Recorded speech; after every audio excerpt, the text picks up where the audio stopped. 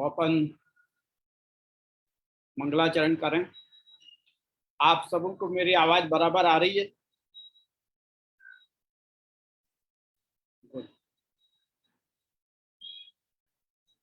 तो मंगलाचरण से प्रारंभ करें अपन।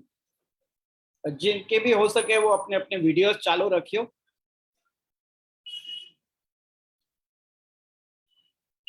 स्वामिनी भावगौरस्य स्वस्वरूपं प्रपश्यतः कटाक्षैर्विठ्ठलेशस्य श्यामता चित्रितं बहु स्वस्मिन्नुभय भावेन स्वेषामुभयरूपतां स्पष्टं बोधयितुं गौरश्यामश्री विठ्ठलेश्वरः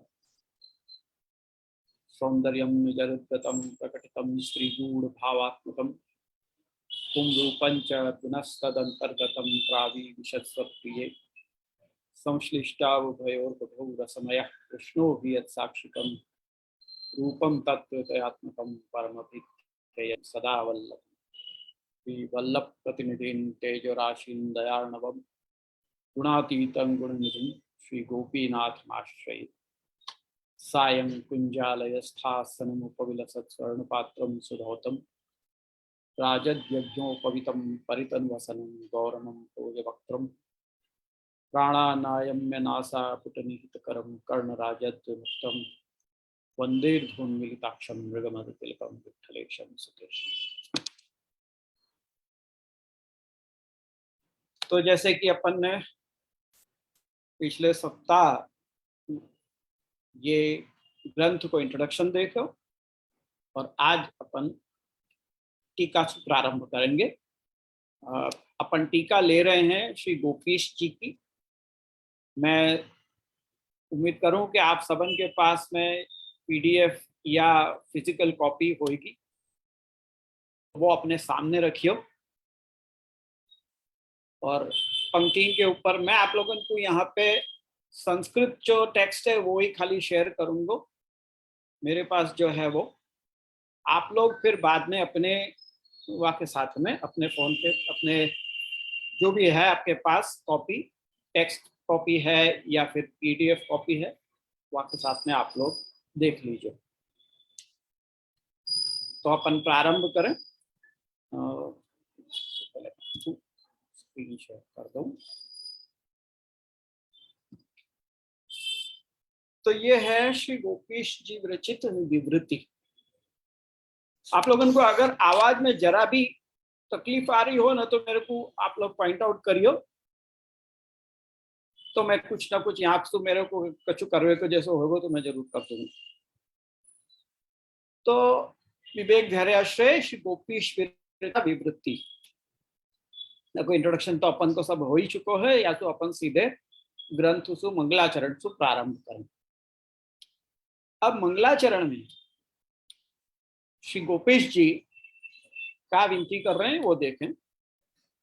श्री मदाचार्य चरण नख चंद्र रुचे नमः हृदि प्रविश्य यद्ध्वांतम निर्धूतम मे यया स्वतः यत्कृपा तो विवेकादि धर्मा स्वीये भवन्ति तद तल संबंधी रेणु शरणमस्ति में। यहाँ पे आचार्य चरण के चरण कमल को नमन किया जा रहे है और जो ये ग्रंथ को सब्जेक्ट है वाकु भी या मंगलाचरण के अंदर स्पष्ट कर रहे हैं। ये एक पद्धति रही है ग्रंथ की कि वह में तो सबसे पहले दो कारण मंगलाचरण किए जाए हैं। एक तो जो कार्य प्रारंभ कियो है वो कार्य निर्विघ्न रूप सुपूर्ण हो जाए, बाकी पूर्णता हो गए वाक्य लिए अपन पहले प्रभु को नाम लेवें या अपने आचार्य को नाम लेवें, अपने बड़े को नाम लेवें। और दूसरो कारण है मंगलाचरण को कि मंगलाचरण में ही वो ग्रंथ को विषय जो है वो स्फुट किया जाए है। तो यहाँ पे भी ऐसे ही हो रहा है। पहली पंक्ति में कह रहे हैं कि श्रीमदाचार्य चरण नख चंद्र रुचे नमः। श्रीमदाचार्य चरण के नख मतलब चरण के नख, आपके चरणारविंद के नख को चंद्र की उपमा दी है। कि वो चंद्र की मतलब चंद्र के समान जो आपके नख हैं उनको नमन कर रहे हैं। यहाँ पे सीधे सीधे नमन करवे को अधिकार जीव को नहीं है, ये बतावे के लिए भी, यहाँ दीनता प्रदर्शित करवे के लिए भी चरण नख को नमन कर रहे हैं। हृदय प्रविश्य यद्वांतम निर्धूतम में यया स्वतः, आपके चरण कमल मेरे हृदय में जैसे ही प्रवेश पावे हैं, तुरंत ही मेरा सारो अंधकार दूर हो जाए।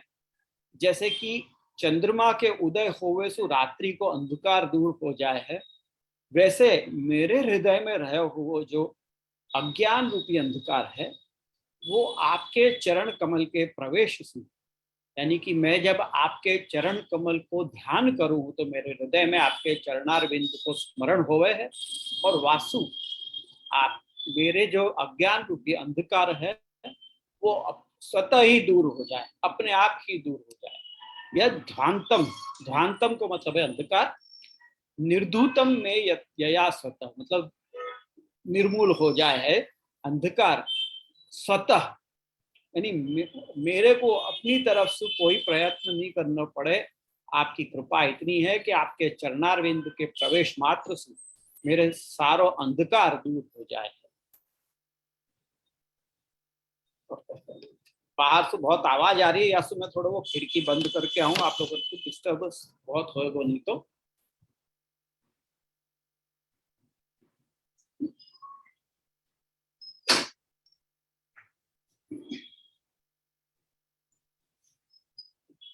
हाँ, फिर अगली पंक्ति में क्या कह रहे हैं कि यत् कृपा तो विवेकादि धर्मा स्वीये भवन्ति तत्पाद तल संबंधी रेणु शरणमस्ति। यहाँ पे कह रहे हैं टीकाकार कि मेरे को उन पाद तल यानी कि उन चरण कमल की रेणुअन को शरण है, उन चरण कमल की रेणु को शरण है कि जिनके कृपासु विवेक आदि धर्म अपने निज जनन में आवे हैं, यानी कि आचार्य चरण के चरण कमल की रेणु उनकी शरण सु, यानी कि रेणु उनकी कृपा सु, चरण कमल की रेणु है यानी कि रजकण, उनकी कृपा सु विवेक आदि धर्म, विवेक आदि सु मतलब है यहाँ पे धैर्य आश्रय इत्यादि, तो ये सब आपके चरण कमल की रेणु के प्रसाद सु ही जीव के अंदर आवे हैं। या सु कह रहे हैं कि यत कृपा तो विवेक आदि धर्मा स्वीय भवंती ही तत्पाद तल संबंधी रेणु शरणमस्ति, ऐसे चरण कमल मेरे लिए शरण स्थान है। अब इतनो कह के अब देखो टीकाकार क्या कह रहे हैं कि अथ भक्ति मार्गांगीकारेण भगवतो दासत्वं प्राप्तस्य सेवायां प्रवृत्तस्य सेवा निर्वाहेण भक्ति दाढ़्यार्थम नवरत्नोक्त चिंता त्याग कथने विवेक धैर्याश्रया यद्यपि संक्षेपत उक्तास तथापि विवेकादीनां विशेष विज्ञानाभावे सेवायां तादृशी दृढ़ता न भविष्यति इति स्वीयानां विशेषण तद्दाढ़्यार्थम श्रीमदाचार्य चरणा विवेक धैर्याश्रयान विस्तरतो निरूपयन्ति विवेकेति। देखो मैं पहले संस्कृत को जो मूल पंक्ति है वाको में पाठ अवश्य करूंगा। आप लोगों को यूं लगता है कि संस्कृत में क्यों बोल रहे हैं, सीधे सीधे वाको अनुवाद ही क्यों न कहते हैं, पर मेरी पद्धति ऐसी ही है कि वो संस्कृत को अपने को उच्चारण अपने को वाको पाठ भी होना चाहिए, और मूल जो टीका जाश भाषा में है वो भाषा में ही वाकु एक बात अपने को पढ़ना चाहिए कि उनकी कृपा से ही अपने को जो भी कुछ समझ में आवे है, अपनी बुद्धि में जो भी कुछ आवे है वो उनकी कृपा से ही आवे है। और आपके शब्दन को अपन जब पढ़ेंगे तो अपने आप उन शब्दन को अपनो सामर्थ्य है कि जो अपने हृदय में को भाव स्फुरित हो जाएगा। ये इनको प्रमेय बल है शब्दन को, यासु उनको पढ़ना आवश्यक है। तो अब अपन यह अनुवाद देखें तो कह रहे हैं कि भक्ति मार्ग में जिनको अंगीकार के द्वारा ही और भगवान के दासत्व को प्राप्त जिनने कर लियो है वो सेवा में प्रवृत्त हो गए। तो ऐसे सेवा में प्रवृत्त जीव को सेवा को निर्वाह हो सके, यानी कि सेवा सुचारू रूप से कर सकें और भक्ति की भी दृढ़ता होती रहे, वाके लिए नवरत्न में चिंता को त्याग की बात कही गई थी। अपन ने जाके पहले नवरत्न ग्रंथ क्यों वहां में सबसे पहले कहा कि चिंता का आप ही न कार्य, वो क्यों कही कि ताकि आप एक वक्त जीव शरण में आगे हो। जैसे पहले देखो आप नवरत्न ग्रंथ के पहले आवे है सिद्धांत रहस्य। सिद्धांत रहस्य में जीव को ब्रह्म संबंध के द्वारा शरण में लेवे की बात कही। शरण में लेके जीव को कर्तव्य क्या है, सेवा करना, क्योंकि सेवा ही ब्रह्म संबंध कराए वे को मुख्य हेतु है कि भगवत सेवा कर सके। भगवत सेवा की योग्यता प्राप्त करने के लिए आपको ब्रह्म संबंध दियो जाए। तब अब ब्रह्म संबंध तो प्राप्त हो गए, अब सेवा में भी प्रवृत्त हो गए। और सेवा में प्रवृत्त होने के बाद में कौन कौन सी बाधाएं आवे हैं, हमें सबसे बड़ी अपनी चिंता रूपी बाधाएं हैं, चाहे वो लौकिक की कहो चाहे अलौकिक संबंधी कहो।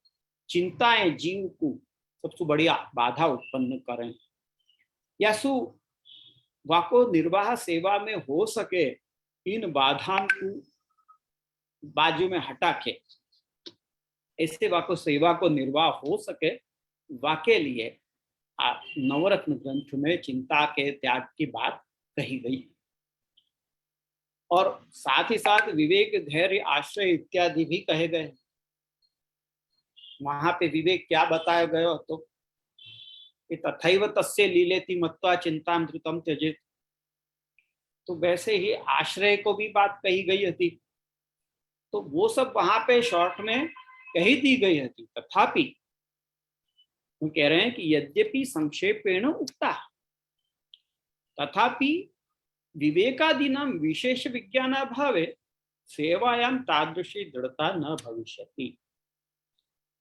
वहां यद्यपि कह दिए गए, although it has been already taught, but विवेक आदि को विशेष ज्ञान न होने के कारण सेवा में वह प्रकार की दृढ़ता नहीं आ सके। यदि दृढ़ता की कमी है वह है, विवेक आदि बता तो दिए गए हैं पर वह को विशेष ज्ञान नहीं दिया गया कि कौन कौन सी परिस्थिति में आपको विवेक रखना है, ये बात को ज्ञान वहां पे विशेष रूप से नहीं दिया गया, वहां पे संक्षेप रूप से कहा गया। तो जैसे कि मैंने पिछली बार कहा तो कि वो आपको यूँ समझो कि प्राइमरी स्टेज पे बताया गया, तो अब थोड़ा एडवांस स्टेज पे जाके विवेक को कैसे रक्षण करना चाहिए, धैर्य को कैसे संभालना चाहिए इत्यादि की बातें अब कही जाएंगी। यासु उनको विशेष ज्ञान जब तक नहीं होवे तब तक सेवा में वैसी दृढ़ता नहीं आवे जैसी होनी चाहिए। इति स्त्रियाणां विशेषण तदाढ़्यार्थम, और भी दृढ़तर उनको विवेक आदि हो जाए वाके लिए श्रीमदाचार्य चरणा विवेक धैर्याश्रयान विस्तर तो निरूपयन्ति। तो आपने ये विचार किया कि और भी दृढ़ होए वाक्य विवेक आदि, वाके लिए आचार्य चरण ने ये विशेष रूप से ये ग्रंथ विवेक धैर्याश्रय नाम को या को निरूपण कियो। और वहां में सबसे पहले विवेक शब्द के द्वारा आप विवेक को समझा रहे हैं। तो पहला श्लोक है विवेक धैर्य सततम रक्षणीय तथाश्रय विवेकस्तु हरि सर्वम निजेच्छातः करिष्यति। विवेक और धैर्य, यहाँ पे ये द्विवचन है विवेक धैर्य। जैसे अपन तनु वित्तजा ऐसे कहें, ऐसे विवेक धैर्य, राम कृष्णौ, ऐसे दो नाम एक साथ लिए जाएं तो उनको ऐसे बोलें। ऐसे विवेक धैर्य ये द्विवचन बने हैं। तो विवेक और धैर्य इनको सतत रक्षण करना चाहिए, सततम रक्षणीय, यानी इन दोनों को सतत रक्षण किया जाना चाहिए। तथा आश्रय पर, और वाई प्रकार से आश्रय को, यानी विवेक धैर्य को रक्षण करना चाहिए और वाई प्रकार से आश्रय को। अब कह रहे विवेक अस्तु हरि सर्वम निजे छातः करिष्यति। विवेक क्या है? विवेक तो ये है कि हरि सर्व निजे इच्छासु करेंगे, हरि सब कुछ निज इच्छा से करेंगे। करिष्यति ये भविष्य को वचन है कि निजे इच्छा करिष्यति, सब कुछ अपनी इच्छा से करेंगे। ये तो हुआ शब्दार्थ। अब अपन या की टीका देखें। टीकाकार कह रहे हैं सेवायाम प्रवृत्तस्य प्रथमम विवेकः सर्वथा अपेक्षित। अब भाई सेवा में आ गयो है, प्रवृत्त हो गयो है, तो वाकु सबसे पहले विवेक अपेक्षित है। विवेक यानी क्या? विवेक यानी सही समझ, सही जानकारी, सही ज्ञान, जो योग्य है वैसो ज्ञान, जो जैसी वस्तु है वैसी वाकु समझ होनु। कई बार ऐसा होवे कि जो जैसी वस्तु है वैसी समझ में नहीं आवे, या सो आपको क्लियर डेफिनेशन मालूम होनी चाहिए विवेक शब्द की।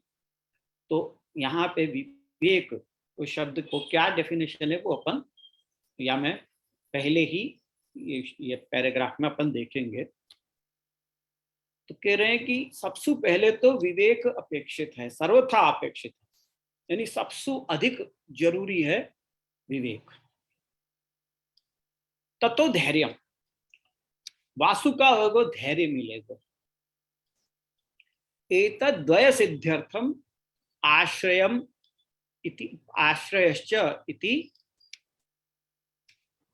रूपः इति क्रमः।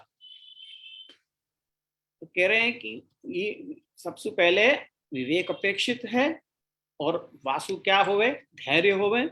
और इन दोनों की सिद्धि के लिए आश्रय, ये क्रम है। यानी पिछली बार जो अपन ने चर्चा करी थी, वाक्य को अपन को यहाँ उत्तर मिल रहा है कि सबसे पहले अपेक्षित, सर्वथा अपेक्षित है विवेक, और विवेक होवे सु धैर्य आवे है, और इन दोनों की सिद्धि के लिए आश्रय, ये क्रम है। इन दोनों की सिद्धि के लिए आश्रय, ये क्रम है। एवं सति सर्वात्मना आश्रय एव कृते सर्वं सेत्स्यन्ति इति अन्ते तन्निरूपण। अब ये ऐसी स्थिति होने के कारण अगर सर्वात्म रूप से आश्रय ही किया जाए तो सब कुछ अपने आप हो जाएगा, ये सोच के अंत में आश्रय को निरूपण किया गया। मेरी बात समझ में आई ना कि विवेक सबसे अधिक सर्वथा अपेक्षित है। सबसे अधिक नहीं कहूंगा मैं, क्योंकि नहीं तो फिर मेरी ही बात को मैं काटूंगा। यासु यामे जैसे कह रहे हैं टीका में, वो अपन समझे कि विवेक सर्वथा अपेक्षित, यानी कि बिल्कुल बहुत जरूरी है कि विवेक में होना चाहिए, और वासु क्या होवे? धैर्य होवे, और इन दोनों की सिद्धि के लिए आश्रय करना चाहिए, ये क्रम है। ये होवे के कारण यदि अपन ये समझाएं कि सब सर्वात्मना अपन आश्रय प्राप्त कर लें, तो फिर सब अपने आप हो जाएगा। यासु वाको अंत में निरूपण किया गया। तत्र प्रथमम विवेक लक्षणम निरूपयन्ति विवेकस्तु। तो अब सबसे पहले विवेक को निरूपण कर रहे हैं। विवेकस्तु इत्यादि शब्दन के द्वारा। विवेकस्तु क्यों कही, विवेकः तु, ये दो शब्दन को समास मिलेगो तो वो जो अवग्रह है, सॉरी अवग्रह नहीं, वो हकार जाकू केवे वो स में बदल जाए जाके व्याकरण के रूल के द्वारा, या फिर विवेकस्तु हो जाए, विवेकहतु, या को जब समास बनाएंगे तो विवेकस्तु ऐसे बन जाएगा। तो सर्वात ये कह रहे हैं कि प्रथमम, सबसे पहला लक्षण विवेक को बता रहे हैं विवेकस्तु शब्द द्वारा, और वो क्या है, हरि सर्व दुख हर्ता, सर्वम लौकिकम स्वयं स्वप्रयत्न असाध्यम योगक्षेमादि, अलौकिकम भगवत सेवोपैकम च सएव करिष्यति। यहाँ पे देखो सबसे पहले कही हरि, विवेक क्या है, तो पहले तो ये समझो कि अपन कौन की शरण गए, अपन शरण में गए हैं हरि के। भगवान को नाम हरि यहाँ पे कहा गया है। हरि कैसे हैं, सर्व दुख के हरता हैं। सर्वम शब्द सु एक एक शब्द को बता रहे हैं। देखो हरि यानी सर्व दुख हरता, सर्वम, सर्वम का अर्थ है लौकिक स्वप्रयत्न साध्यम योगक्षेम आदि, अपने प्रयत्न से जो अपन योगक्षेम, कोई वस्तु को मिलानो और वह कल्याण होनो, क्षेम को मतलब है कल्याण, तो योगक्षेम जो अपन स्वप्रयत्न के द्वारा सिद्ध कर सकें, अपने प्रयत्न के द्वारा, अपनी कोशिश के द्वारा अपन प्राप्त कर सकें, ऐसे योगक्षेम आदि लौकिक सब कुछ वो भी और अलौकिक भी, अलौकिकम भगवत सेवोपैकम च सएव करिष्यति, यानी लौकिक भी भगवान ही सिद्ध करेंगे और अलौकिक भी, जो अलौकिक से मतलब है यहाँ पे जो भगवत सेवा के संबंधी जो कुछ भी अपने को प्राप्त करने की इच्छा है या अपने को सिद्ध करने की इच्छा है, वो सब भगवान खुद ही कर लेंगे, स्वयं ही करेंगे।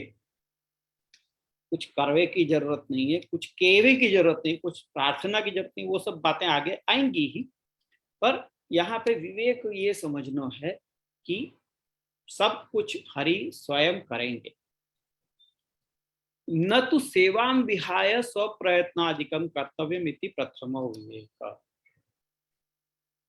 तो अलौकिक हो या लौकिक, सब कुछ प्रभु ही करेंगे, या सु अपने को सेवा छोड़ के प्रयत्न अधिक नहीं करने, इति प्रथम विवेक, ये प्रथम विवेक है। अब यहाँ पे आप कहोगे कि स्व प्रयत्न अधिक नहीं करने, यानी कि अपने को व्यावृत्ति आदि करनी ही नहीं, तो बिना व्यावृत्ति किए कैसे काम चलेगा। तो यहाँ पे आप सबसे पहले ये सेवा शब्द को आप कौन से अर्थ में ले रहे हो, थोड़ा वाइडर सेंस में लो, नैरो सेंस में मत लो।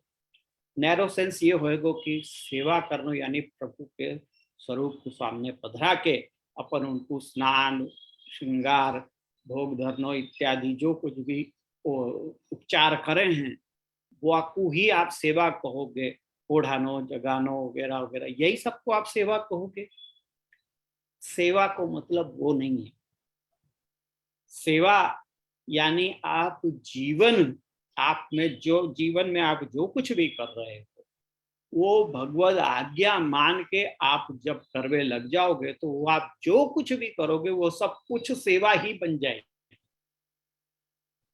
भगवत आज्ञा मान के और भगवत प्रेरणा से आप जो कुछ भी करोगे वो सब कुछ सेवा बनेगी। फिर सेवा केवल प्रभु विग्रह को पधरा के उपचार आदि करनो, वही सेवा नहीं कहलाएगी।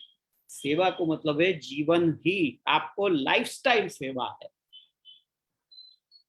आपकी पूरी लाइफस्टाइल ही, आपकी पूरी लाइफ ही समर्पित है। आप जो कुछ भी करोगे लौकिक अलौकिक वो सब कुछ भगवत आज्ञा मान के भगवत सेवा को सेवा मान के ही करो।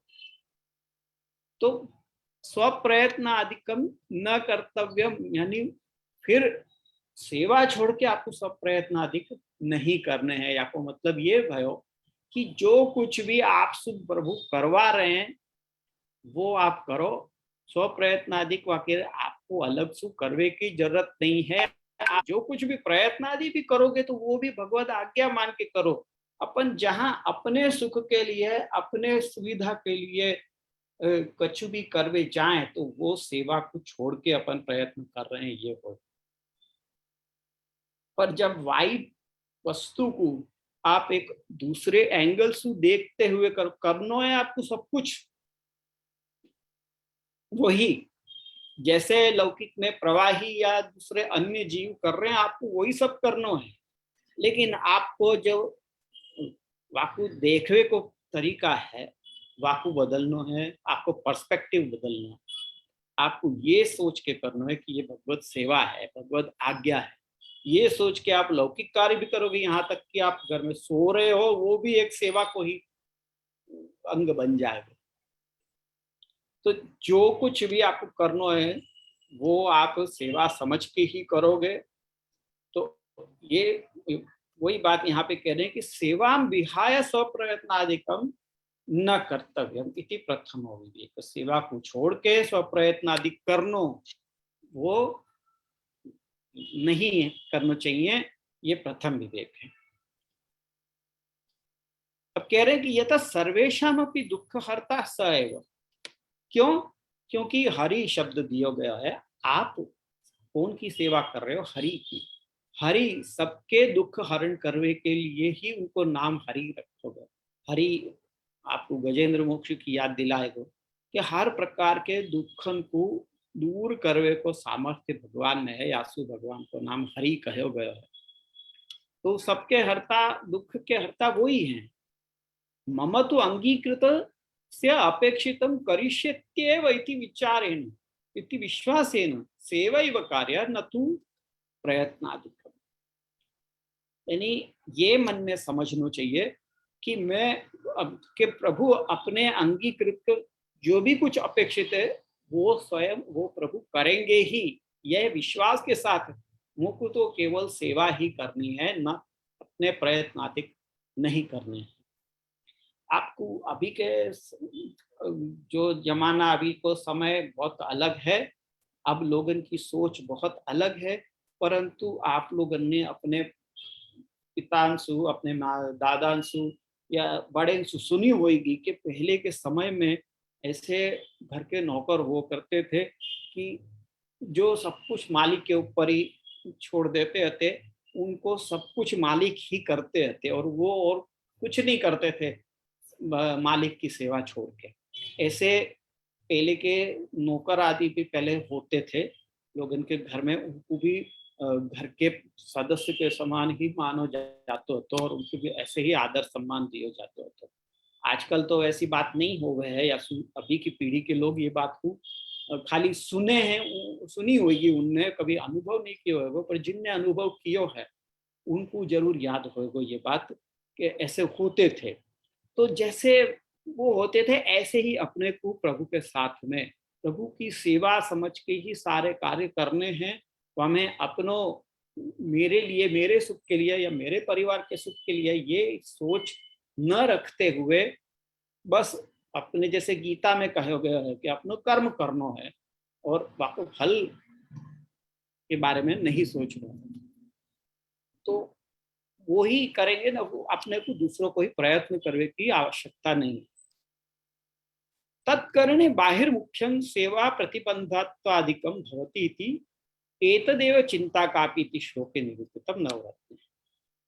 तो वो कह रहे हैं कि क्योंकि अपन यदि सेवा छोड़ के प्रयत्न अधिक करेंगे तो क्या होगा कि सेवा में प्रतिबंध आदि हो जाएंगे, कोई ना कोई प्रतिबंध आएंगे, सेवा में कुछ न कुछ अड़चन आएगी, वो कार्य पूर्ण नहीं होगा इत्यादि। ये सब होने के कारण, ये सब न होवा के लिए चिंता कापी इत्यादि श्लोक के द्वारा नवरत्न में यही बात कही गई थी। अपन आप लोगों ने जिनने नवरत्न किया है उनको याद होगा कि सबसे वहां पे यही बात कही गई थी कि भाई स्वप्रयत्न अधिक करने के नहीं करने।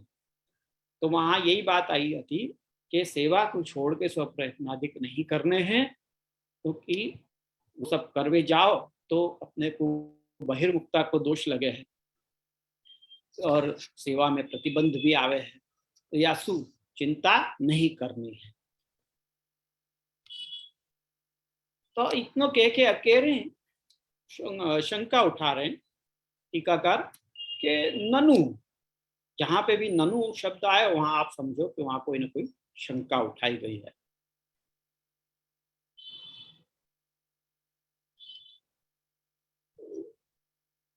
तो यहाँ कह रहे हैं कि ननु प्रार्थना भावे कथम करिष्यति तत्राहु निजे इच्छाति। भाई बिना प्रार्थना के कैसे करेंगे? तो कह रहे हैं कि निजे इच्छा, यहाँ शब्द दियो है निजे इच्छा करिष्यति। प्रार्थना करने की कोई आवश्यकता नहीं है, अपनी इच्छा से करेंगे। स अलौकिक प्रभु स्वकीय नाम अपेक्षितम जानाति। वो कोई साधारण लौकिक बॉस नहीं है, तुम्हारा लौकिक मालिक नहीं है कि जाकू जाके तुम्हारे विनती करनी पड़े कि जाकू एप्लीकेशन देनी पड़े कि भाई हमारी ये तकलीफ है, अब ये दूर करो करके। जब तुमने सब कुछ सब समर्पित कर दियो है तो वो भी वाई के लिए विराजेंगे तुम्हारे माथे कि तुम्हारो योगक्षेम स्वयं करेंगे। तो याईसु जैसे वामे गोवर्धन पर्वत उठाया, वह समय भी भगवान ने यही आज्ञा करी कि जो मेरे को सर्वथा शरण में आए हुए हैं तस्मात् सर्वात्मना, श्लोक क्या है वो, मन्नाथम मत परिग्रहम गोपाय स्वात्म योगेन सोयम में व्रत आहिता। वहां पे ये कह रहे हैं कि ये जो ब्रज है वो सर्वथा मेरे को ही शरण में आयो गयो है और मेरे को ही अपना सर्वस्व मान के बैठे है। यासु याकू संभालनो, याकू याकी रक्षा करनी अपने आत्मयोग के द्वारा। वहां भगवान ने अपने आत्मयोग से स्वयं लगे वाने, ये नहीं कि अपने कोई आपको कह दियो अपने नौकर को या अपने सेवक को कोई भेज दियो कि जा तू देखिए जरा वहां पे क्या हो रहा है, ऐसी बात नहीं। ठाकुर जी स्वयं अपने आत्मयोग के द्वारा भगवान ने उन ब्रजवासी को, ब्रज भक्तन को रक्षण किया है। तो ऐसे ही प्रभु प्रार्थना करने की कोई आवश्यकता नहीं है, वो स्वयं ही करेंगे। ननु ऐसा अलौकिक प्रभु है, वो लौकिक प्रभु नहीं है। लौकिक जो होवे मालिक अपनो, तो वो जरूर आपकी एप्लीकेशन की राह देखते हो कि आप विनती करो कि भाई मेरी ये तकलीफ दूर करो तो वो आके कर। पर ये तो अलौकिक है, प्रभु सब कुछ जाने हैं। यासु वो बात अपन ने नवरत्न ग्रंथ में भी देखी।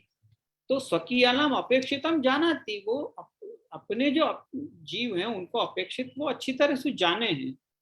सेवा में भी जानाति, और वो आपकी सेवा को भी जाने हैं। यासु स्वेच्छैव करिष्यति न प्रार्थना अपेक्षते। यासु वो स्वयं स्वेच्छा से ही करेंगे, प्रार्थना की अपेक्षा नहीं है। इति प्रार्थना न कार्या इति द्वितीय विवेक। यासु प्रार्थना नहीं करनी, ये दूसरो विवेक हुआ। पहलो विवेक क्या हुआ कि सेवा को छोड़ के स्वप्रयत्न अधिक नहीं करने, ये प्रथम विवेक भयो। और दूसरो विवेक भयो के प्रार्थना नहीं करनी। एतदेव सर्वेश्वरश्च सर्वात्मा इत्युक्तम नवरत्ने। हमें देखो नवरत्न को फिर से रेफरेंस दियो कि सर्वेश्वरश्च सर्वात्मा, वो सर्वेश्वरश्च सर्वात्मा निजे छातः करिष्यति। तो वो सर्वेश्वर हैं, सबके आत्मा हैं। अब वहां सर्वेश्वर और सबकी आत्मा, ये क्या मतलब है, ये आप नवरत्न ग्रंथ में आप पढ़ी चुके हो, तो वाकु आप रेफर कर लो तो आपको अच्छी तरह समझ में आएगा कि सर्वेश्वर को शब्द को मतलब का कि सबके ऊपर जिनकी सत्ता है, सबके ऊपर सत्ता होना, ये ईश्वरत्व है भगवान को। और सर्वात्मा होना यानी सबके आत्मा रूप होना, सबके हृदय में अंतःकरण में आप विराज रहे हैं। ऐसे कोई जीव नहीं है जाके अंतःकरण में आप नहीं विराज रहे। हर जीव के अंतःकरण में प्रभु विराज रहे हैं। या जब वो वहां विराज रहे हैं तो वह कहवे की क्या आवश्यकता है? कोई कहवे की आवश्यकता नहीं, वो स्वयं देख रहे हैं, जान रहे हैं, समझ रहे हैं। तो फिर कह रहे हैं अगले श्लोक के लिए कि ननु प्रार्थना कुतो न कार्य तत्राहु प्रार्थिते वाक्य, कि भाई प्रार्थना क्यों नहीं करनी चाहिए? तो कह रहे हैं कि प्रार्थिते वा इत्यादि शब्दंशु को उत्तर दे रहे हैं कि प्रार्थिते वा तथा किम स्यात् स्वाम्यभिप्राय संशयात् सर्वत्र तस्य सर्वं ही सर्व सामर्थ्यमेव च। प्रार्थना करने से भी क्या होगा? स्वाम्यभिप्राय संशयात् यानी अपने स्वामी के अभिप्राय पे संशय रखते हुए यदि आप प्रार्थना करोगे तो वह क्या होगा? सर्वत्र तस्य सर्वम ही, सर्वत्र तस्य सर्वम ही मतलब सब जगह सब कुछ उनको ही है।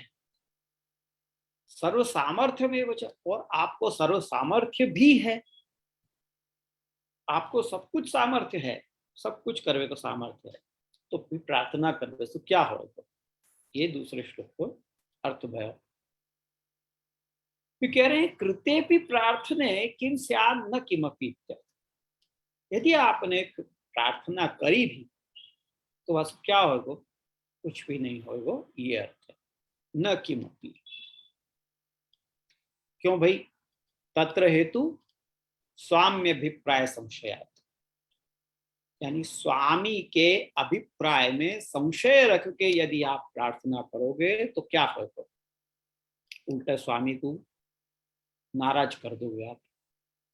भगवान स्वेच्छैव दास्यति न अन्यथा, भगवान अपनी इच्छा ही देने हैं, अन्य कोई प्रकार से नहीं। तुम चाहे 1000 एप्लीकेशंस दे दो, लाखों बार कह दो कि ये चाहिए वो चाहिए, ये लाखों एप्लीकेशन दे दो, हर एक तरह से कहलवा दो, खुद कहो कोई दूसरे से कहलवाओ, पैसे भी करके आप करो, प्रार्थना करो, भजन करो, कुछ भी कर लो, भगवान वही करेंगे जो आपने इच्छित रखो। नहीं तो आप सोचो कि करोड़ों जीव, अगर हर एक जीव की इच्छा के अनुसार भगवान वापू देवे करवे लगे तो फिर काम ही कैसे चलेगो? इन सबको कंट्रोल कैसे होगो? आप सोचो कि एक शेर है, वाको भोजन है बकरी, और बकरी को अपने प्राण बचाने। अब वो शेर यूं सोच रहा है कि मैं बकरी, आज मेरा पेट भर जाए, मेरे को खावे को मिल जाए, ये शिकार मिल जाए तो बहुत अच्छे। वो भगवान को प्रार्थना करके है भगवान मेरे को आज शिकार मिल जाए, और सामने वके वो बकरी है, और वो बकरी वह वक्त ये प्रार्थना करी कि हे भगवान मेरे प्राण बच जाए। और दोनों ही भगवान के ही जीव हैं। तो आप सोचो कौन की पूरी करेंगे इच्छा, कौन की प्रार्थना सुनेंगे? कोई एक की ही प्रार्थना अगर सुननी है तो कोई एक की ही सुनी जा सकेगी, या तो शेर भूखो रह जाएगा या बकरी के प्राण जाएंगे। तो कहीं ना कहीं हर एक की अगर सुनते रहेंगे तो फिर दुनिया को क्रम ही नहीं कम चलेगा, तो सब बंद हो जाएगा। तो यासु भगवान स्वेच्छा दास्यति, अपनी इच्छा से ही जो देना होगा वो देंगे, और कोई प्रकार से नहीं देंगे। ये एक रूल अच्छी तरह से समझ लेना। किमर्थम स्वधर्म हानि ही कर्तव्या इति तृतीय विवेक। तो यासु जब वो अपनी ही इच्छा से देवे वाले हैं तो अपने अपने स्वधर्म की हानि क्यों करनी? स्वधर्म क्या है? दास को धर्म। दास को धर्म क्या है?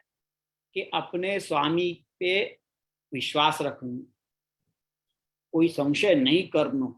अगर आपने संशय किया भगवान के ऊपर, संदेह कियो भगवान के निर्णय पे या भगवान के कुछ भी इच्छा पे आपने संदेह कियो, तो यानी आपके स्वधर्म की हानि हुई, आपके दास धर्म की हानि हुई, तो बेकार अपन दोष में क्यों पड़े?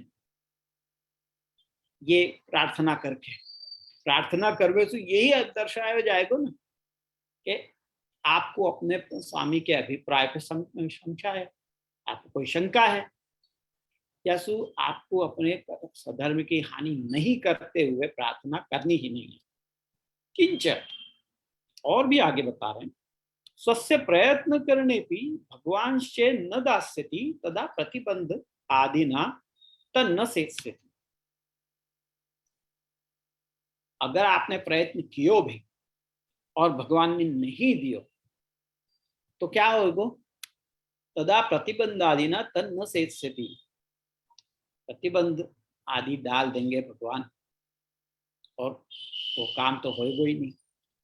अथवा सर्वत्र स्वापेक्षित वस्तुनो अभावात तत्प्राप्ति ही न स्वशक्या, या फिर सर्वत्र अपनी अपेक्षित वस्तु के अभाव से बाकी प्राप्ति ही शक्य नहीं बनेगी। अथवा तद वर्तते तथापि तत्प्राप्ति साधनम सामर्थ्यम नास्ति। अगर सब कुछ आपको सब कुछ अवेलेबल भी हो वो, तो भी उनकी प्राप्ति के साधन में सामर्थ्य ही नहीं हो। बहुत बार ऐसे हो जाए है कि सब कुछ सामने है पर वो काम नहीं हो रहे हो। आप बहुत बार देखो कि सब कुछ सही, मैंने सब में आप कोई जैसे कोई आपने कोई टेंडर भरो है, कोई बिजनेस में आपने कहीं कोई कॉन्ट्रैक्ट पावे के लिए आपने टेंडर भरो है, सब कुछ सही है, आपने अपने बराबर वो भी लगाया है, अपनी रेट भी बराबर लगाए हैं और सारे समय पे आपने टेंडर आपने भर दियो, पोस्ट कर दियो, वहाँ मिल भी गए और सब सारे आपके बराबर हैं, पर फिर भी ऐसा हो गया है कि आपको नहीं मिले और कोई दूसरे को मिल जाए। तो सब कुछ आप सब कुछ होते हुए भी अपेक्षित वस्तु की प्राप्ति शक्य नहीं हो गए है। ये कौन से कारण से हो गए? आप यूँ कहोगे कि वो भ्रष्टाचार वगैरह ये वो इत्यादि ये सब चीजें, ये सब तो होती रहे, पर कई बार ऐसा हो गए कि ये सब कुछ न होते हुए भी वो रिजल्ट नहीं आवे है जो आपको चाहिए। तो आपके पीछे कारण क्या हो सके? भगवत इच्छा, यही एक कारण हो सके। भगवतस्तु सर्वत्र तत्तद वस्तु सिद्ध में वास्ती। आप भगवान के कोई चीज की सिद्ध करने के लिए कोई तैयारी की वगैरह की आवश्यकता थोड़ी। सब कुछ सब सब कुछ सब जगह सिद्ध ही है भगवान के लिए। अभावे वा तथैव तत्संपादने सामर्थ्यम अपि वर्तते। अगर कुछ नहीं हो, समझो कोई आपको जो लौकिक मालिक है, वाको आपने कोई चीज करवे की कही है, कोई की प्रार्थना करिए, कोई एप्लीकेशन दी है और वो कहे कि भाई फलानी वस्तु नहीं होती या के कारण मैं नहीं कर सको तुम्हारा काम, ऐसो भगवान ठाकुर जी के पास ऐसा कोई बहाना नहीं है। बस भगवान को करनो ही नहीं है या तो भगवान नहीं कर रहे हैं। संपादन को अगर कोई चीज नहीं भी है तो वह को संपादित करवे में सारो सामर्थ्य है आपके पास। जैसे वो प्रहलाद जी को होलिका ने अपनी गोदी में लेके बैठी और वो जलाया, वाकु तो वरदान प्राप्त तो कि वाकु वो जलेगी नहीं, वाकु अग्नि दाह नहीं कर सके, पर तथापि वाको उल्टो ही कि वो होलिका जल गई पर प्रहलाद जी बच गए। तो वहां ठाकुर जी ने अपना सामर्थ्य अकर्तुम सामर्थ्य बताया। तो वो नहीं करना, वाको बचाना नहीं है, होलिका को नहीं बचाना, ठाकुर प्रहलाद जी को बचाना है, उल्टो काम कर दियो, वाको वरदान मिलो तो भी वाको कोई वो फेल हो गया। असाध्यम अपनी भगवान साधयति, जो असाध्य वस्तु है वो भी भगवान सिद्ध कर दे। तत्सेवा विहाय स्वप्रयत्नादिकम वृथा इति चतुर्थो विवेक। तो ये कारण से जो भाई भगवान को जो सिद्ध करना हो वो अपने आप को असाध्य वस्तु को भी साध्य कर सके हैं भगवान में सब सामर्थ्य, सर्व सामर्थ्य। तो या कारण से सेवा को छोड़ के स्व प्रयत्न अधिक करना व्यर्थ है, ये है चतुर्थ विवेक। तो अपन ने ये पहला विवेक देखो कि सेवा छोड़ के स्व प्रयत्नाधिक नहीं करने, ये पहलो विवेक। दूसरो विवेक ये भयो कि प्रार्थना नहीं करनी है। तीसरो विवेक ये भयो कि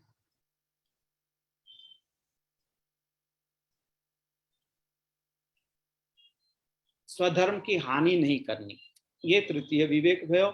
और चौथो विवेक ये भयो कि स्व प्रयत्नाधिक करके और सेवा को छोड़ के स्व प्रयत्नाधिक करना व्यर्थ है, ये चौथो विवेक हो।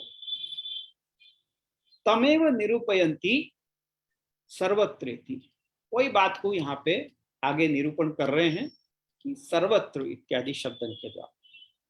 तस्य भगवतः सर्वत्रैव सर्वं वस्तु सिद्धमेवास्ति, भगवान के लिए सब जगह सब वस्तु सिद्ध ही है। अभावेपि सर्वं संपादितुं सामर्थ्य वर्तते इति। सर्वत्र यत्र यत्र यद्यद् वस्तु वर्तते तत्सर्वं भगवते, जहां जहां जो भी वस्तुएं हैं वो सब कुछ भगवान की ही हैं। स्वज्ञानेन लोका स्व अज्ञानेन लोकाः सत्वं मन्यन्ते, अपने अज्ञान के कारण भगवान लोग ये समझे हैं कि ये हमारी वस्तु है, सब वस्तुएं तो सब भगवान की ही हैं। यस्य यद अपेक्षितम तदपि साक्षात परंपरा भेदेन भगवान एव ददाति, यानी जो भी अपेक्षित है, जो चीज की भी इच्छा है कोई को, तो वो मिल भी जाए है तो वो साक्षात भगवान के द्वारा ही मिले हैं, या परंपरा से वाया कोई और दूसरे के थ्रू या कैसे भी आपको प्राप्त करा के देवे हैं, वो कौन? वो भी भगवान है, या तो साक्षात रूप से या परंपरा भेद से, तो भगवान ही देवे हैं। स्व अज्ञान मया प्रयत्न कृतमिति मानते, अपन अपने अज्ञान के कारण अपन ये सोचे हैं, अपन ये बोलवे लग जाए हैं कि अरे मैंने अपने प्रयत्न, मैंने अपनी मेहनत से ये बनाया है, I am self made man वगैरह वगैरह क्या क्या अपन बोले। तो वहां पे कोई सेल्फ मेड नहीं हो गए, जो भी मेड बाय हिम ओनली। तो मैं अपने प्रयत्न से कुछ भी कर रहा हूँ, ये सोच ही गलत है। इति मम पूर्व सिद्धम अपि भगवतैव दत्तम, अब तक जो भी मैंने प्राप्त किया है वो सब भगवान के द्वारा ही दिया गया है।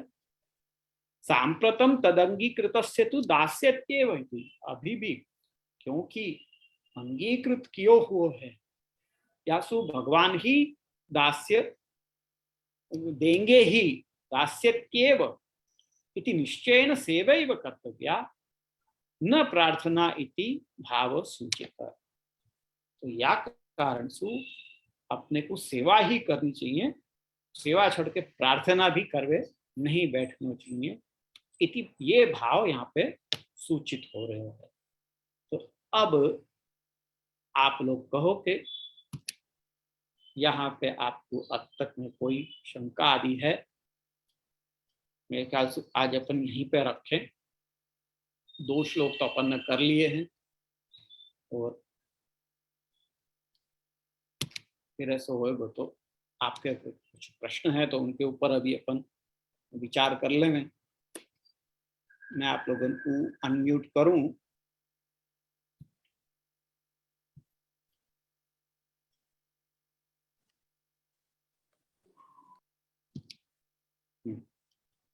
कोई प्रश्न है आप लोगों को?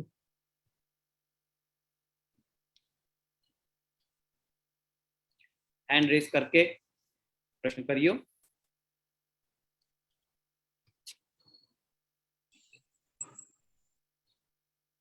हाँ उमंग भाई बोलो। आज दी बात थी तो एक वस्तु समझ आई हुई के आवाज श्लोक का या नवरत्न जे पण रेफरेंस दो तो एमाथी एक वस्तु तो सॉरी आवाज क्लियर नहीं आई, आवाज क्लियर नहीं है आपकी। एक मिनट एक मिनट। આજે આજના અધ્યયનથી એક વસ્તુ તો સમજ આવી કે જે પણ છે એ આપણે ગો વિથ ધ ફ્લો જવાનું છે, કે જે રીતે ચાલી રહ્યું છે એ બધું પ્રભુની ઈચ્છાથી ચાલી રહ્યું છે, તો એ રીતે જ આપણે ચાલવાનું છે. પણ ઘણીવાર શું થાય છે કે એવા થોટ્સ આવે, મતલબ નોટ લૌકિક, લૌકિક ના નહીં, પણ ઘણીવાર એવા થોટ્સ આવે કે જેમાં અટવાઈ જઈએ, સમ કાઇન્ડ ઓફ ફિયર, મતલબ ડર લાગી જાય કે ભાઈ આમાં શું થશે, આ શું કામ થઈ રહ્યું છે, is it okay or not okay. અને તો પણ એકવાર મનમાં એવો વિચાર આવે કે ભાઈ આ ભગવદ ઈચ્છાથી થઈ રહ્યું છે, પણ તો પણ અગર મન શાંત ન થાય તો એવી સિચ્યુએશનમાં શું કરવું જોઈએ? એવી સિચ્યુએશનમાં આપણે પ્રયત્ન કરતા રહેવાનું. કોઈ કાર્યમાં આપણને એવું લાગે કે આ બરાબર છે કે નહીં, પણ આપણને જેવી ઠાકોરજી પ્રેરણા કરે એવી રીતના આપણે પ્રયત્ન કરવાનું. અને સમજો વારંવાર ફેલ થતા હોઈએ તો પછી સમજવું જોઈએ કે આવી પ્રભુની ઈચ્છા નથી આ થવામાં, અથવા તો કોઈ બીજી રીતે કરવું જોઈએ. એની ઉપર વિચાર કરો, થોડોક ઇન્ટ્રોસ્પેક્શન કરવાની આપણને જરૂર છે. ના, જે આ વસ્તુ કોઈ કાર્યને લઈને નથી. તો હું સપોઝ હું એક મારો થોટ કહું છું કે મને નાનપણથી છે ને એક મતલબ એક થોટ આવતો કે વોટ ઇઝ આફ્ટર ધેટ, મતલબ કે મૃત્યુ પછી શું થાય, કેવું ફીલ થાય, મતલબ યા પેલા હું કેવું ફીલ કરતો હતો યા પછી હું કેવું ફીલ કરીશ. તો સમટાઈમ્સ શું થાય છે કે હું પ્રેઝન્ટમાં નથી રહી શકતો. લાઈક સમટાઈમ્સ મતલબ ડ્રીમ્સ બી એવા આવે કે મતલબ પાછલી આગલી રાતે એક ડ્રીમ આવ્યો કે હું મતલબ મારા જ બોડીમાં એઝ અ પ્રિઝનર છો, મતલબ હું કેદ છો. તો પછી એકવાર એમ થાય કે ભાઈ આમાં ખોટું પણ શું છે, હું આ બોડી તો નથી જ, આઈ એમ અ સોલ. પણ શું થાય કે મતલબ કે એમાંથી નીકળાતું, મતલબ ઘણીવાર એનો કોઈ આન્સર જ ન મળે. તો સમટાઈમ્સ લાઈક તો પછી આને પણ ભગવદ ઈચ્છા જ માનવી કે somewhere I M wrong or my thinking is wrong? પણ એટલે જે કંઈ પણ મળેલું છે ભગવદ ઈચ્છાથી જ આપણને પ્રાપ્ત થયેલું છે. આવી આપણને આવા થોટ્સ આવે તો એને માટે તો પછી આપણે ભગવત સ્મરણ, ઠાકોરજીનું સ્મરણ કરી અને અષ્ટાક્ષર મંત્રનું ધ્યાન કરી પછી એવા વિચારોને આપણે બાજુ પર મૂક, કારણ કે એવા વિચારો કરવાથી કંઈ આપણને પ્રાપ્ત થવાનું નથી થવાનું. થોટ્સ આર જસ્ટ થોટ્સ, બીજું તો કંઈ કરી નહીં શકે. ઉલટાનું આપણે છે ને ખાલી એક વિચાર, એટલે એવી રીતના વિચાર કરું કે okay this is only a thought, એને થોટ જ છે એમ સમજીને પછી આપણે જે કરતા હોઈએ એની ઉપર વધારે કોન્સન્ટ્રેટ કરવું. ખોટું વિચારોની ઉપર હું પૂર્વમાં શું હતો ને આગળ શું હોઈશ ને એ બધું આગળનું કે પાછળનું વિચાર કરવા કરતા બી ઇન પ્રેઝન્ટ. અત્યારે તમે જે કરી રહ્યા છો એને તમે સરખી રીતે કરો. Try to B perfect in vote ever you do. ઠીક છે, ધન્યવાદ. હા, અહીંયા કોઈએ પ્રશ્ન કર્યો છે કે જે વિવેક અને ધૈર્યની સિદ્ધિ માટે આશ્રય આવશ્યક છે, તો પહેલા આશ્રયનું નિરૂપણ ના કરી અને વિવેકનું નિરૂપણ પહેલા કેમ કર્યું છે? આ પ્રશ્ન તો સારો છે, પણ કારણ કે જો આપણે આશ્રયને સમજવાને માટે પહેલા વિવેક અને ધૈર્ય સમજવું વધારે આવશ્યક છે. કેમ આશ્રય આપણું દ્રઢ હોવું જોઈએ એ સમજવાને માટે, અને આશ્રય જો દ્રઢ ન હોય તો આપણું વિવેક અને ધૈર્ય ડગમગાવે છે. એટલે આપણને એ જરૂરી છે કે આપણે આશ્રય પહેલા એને સમજી લઈએ કે વોટ ઇઝ વિવેક અને વોટ ઇઝ ધૈર્ય. એ બંને સમજી લઈએ તો પછી આપણને આશ્રયને સમજવામાં વધારે સીધું આશ્રયનું જ કહીશું તો એનો એટલે એના ઇફેક્ટથી શું થાય છે એ પછી કહેવાના બદલે સૌથી પહેલા એનું ઇફેક્ટ આની ઉપર જ પડતું હોય છે, વિવેક અને ધૈર્યની ઉપર. એટલે પહેલા વિવેક અને ધૈર્યની સમજ આપી દીધી, પછી હવે આશ્રયનું કહેશે. એ રીતના ક્રમ જાણી જોઈને જ ઉલટો ક્રમ રાખ્યો છે. હા હા, વિરાટ બોલ. હા, જય ધન્યવાદ, પ્રણામ. હા એક જે પ્રશ્ન છે કે આપણી માણસની બુદ્ધિ ઉપર કે જે આપણે એ સમજી લીધું છે કે આપણે વચનામૃત કીધા પ્રમાણે કે બધું થાય છે પ્રભુની ઈચ્છા પ્રમાણે થાય છે, બરાબર. તો જે બુદ્ધિ છે, બરાબર, પ્રભુએ જે આપી છે, હવે ક્યાંક એવું પેલા સાંભળેલું છે, ખબર નહીં ક્યાં સાંભળ્યું છે કે પ્રભુએ આંખો આપી છે, પણ એ આંખોથી તમારે સારું જોવું કે ખરાબ જોવું એ માણસ ઉપર છે. પ્રભુએ પગ આપ્યા છે, પણ એ પગથી તમારે સિનેમા ઘરમાં જવું કે હવેલી જવું એ માણસ ઉપર છે, બરાબર. હવે એ ખબર નહીં સાચું છે કે ખોટું. તો આજે કોઈ વસ્તુનું હું ડિસિઝન લઉં છું, બરાબર, અને એ ડિસિઝન ભવિષ્યમાં મને લાગે છે કે મેં ખોટું લીધું, બરાબર. તો એમાં મારે ભગવદ ઈચ્છા માનવાની કે પછી મારે એમ માનવાનું કે પ્રભુએ મને બુદ્ધિ આપી પણ મેં બુદ્ધિનો સારો ઉપયોગ ન કર્યો અને મેં ખરાબ ડિસિઝન લીધું, એના કારણે મારે આ પરિસ્થિતિમાં આવવું પડ્યું. તો એમાં ભગવદ ઈચ્છા જ માનવાની કે પછી બુદ્ધિના કંટ્રોલ બધી આપણા કંટ્રોલમાં છે અને આપણે એનો સારો ઉપયોગ ન કર્યો એવું માનવાનું? એટલે બંને રીતે છે કે આઈધર તમે એટલે આપણું જ્યારે હવે એ જ વસ્તુ અહીંયા બતાવવામાં આવવાની છે કે ભાઈ તમારો આશ્રય જ્યારે દૃઢ ન હોય ને તો પછી આવી બધી વસ્તુઓ બની શકે છે. એક વખત આશ્રય દૃઢ થઈ જશે ને પછી આપણી બુદ્ધિ પણ આવી રીતે ચલિત નહીં થશે. આ બુદ્ધિ વગેરે ચલિત થાય છે કેમ આપણું મન બીજી જગ્યાએ આવા કોઈ સમજો કે ખોટા કામ માટે પ્રેરિત થઈ જવાય છે. એ બધું એટલા માટે જ કે આપણું આશ્રય દૃઢ નથી હોતું, એટલે આપણે એ વિવેક સમજી નથી શકતા, જેને કારણે આપણે એવા કોઈ કામ કરી બેસીએ છીએ. અને છેલ્લે હા એ થોટ તો એવી હોવું જ જોઈએ કે હા પ્રભુએ તો મને બરાબર બતાવ્યું પણ મેં જ આ રીતે એટલે મારી ભૂલ છે કે મેં આવી રીતના ન કરી અને હું બીજી રીતે વિચારતો હતો. એટલે આપણા વિચારમાં જ આપણે કઈ ભૂલ થતી હશે એટલા માટે આવું થયું છે એમ વિચારીને આપણે કરવું જોઈએ. હા નિકુંજ બોલ.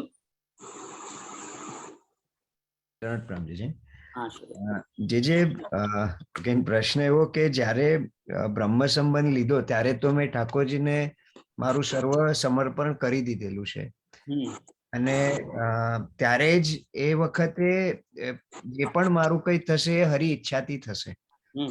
તો સારો કે ખરાબ સમય જ્યારે હોય ત્યારે એ વિચાર ન કરતા કે કેમ આવું થયું, પણ એના જગ્યાએ પ્રભુ પાસે એ પ્રાર્થના કરવી કે આપના ઉપરનો એટલે મારી આપના ઉપરની આસ્થા, વિશ્વાસ, સમર્પણ કે જે પણ હું નામ આપું એ ફક્ત સક્ષમ રીતે ટકી રહે એટલી જ પ્રાર્થના.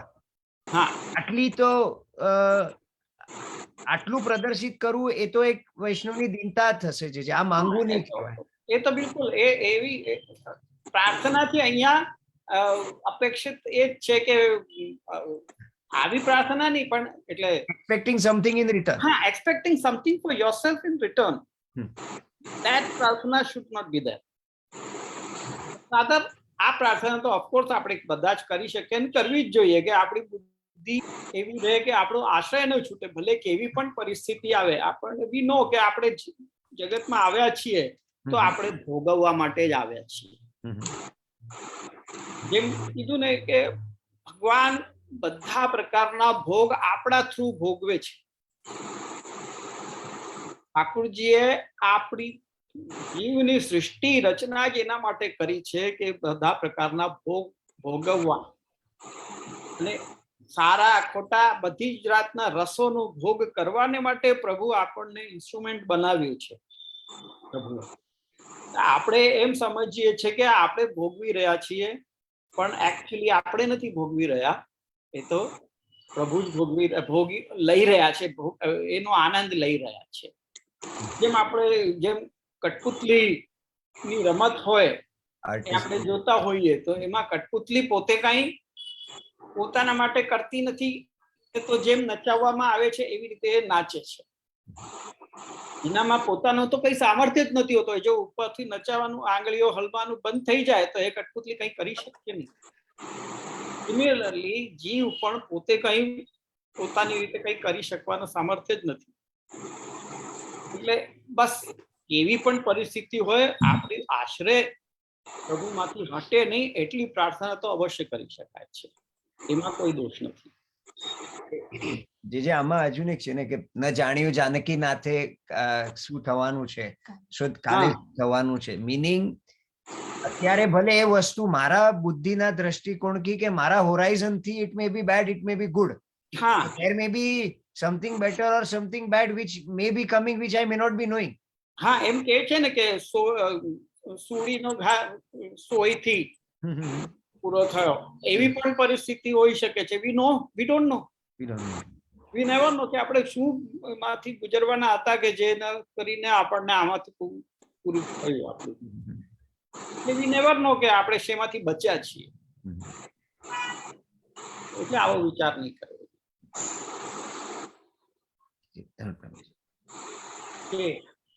બીજા કોઈ?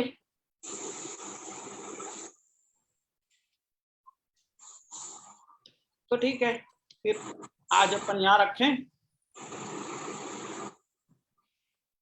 यहाँ कोई प्रश्न तो नहीं है ना कोई को? ठीक है, आज अपन इतना यहाँ पे रखें और आश्रय को पद लेके अगले सप्ताह मैं यहाँ के नोट्स भी है आप लोगों को शेयर कर दूंगा, तो अच्छा रहेगा. आश्रय को पद ले में गोवर्धन की रहिए तरेटी, गोवर्धन की रही नित्य प्रति मदन गोपाल लाल के, चरण कमल चित लहिए तरेटी, गोवर्धन की रही तन पुलकित ब्रज रज में लोटत, कुंड में नहीं रसिक प्रीतम हित चित की बातें, श्री गुरुधर जिसो कहिए तरेटी, गोवर्धन की रही. अगले सप्ताह मिले, तब तक के लिए दंडवत जी. हाँ, दंडवत जी. दंडवत प्रणाम. दंडवत प्रणाम जी. धन्यवाद. दंडवत प्रणाम.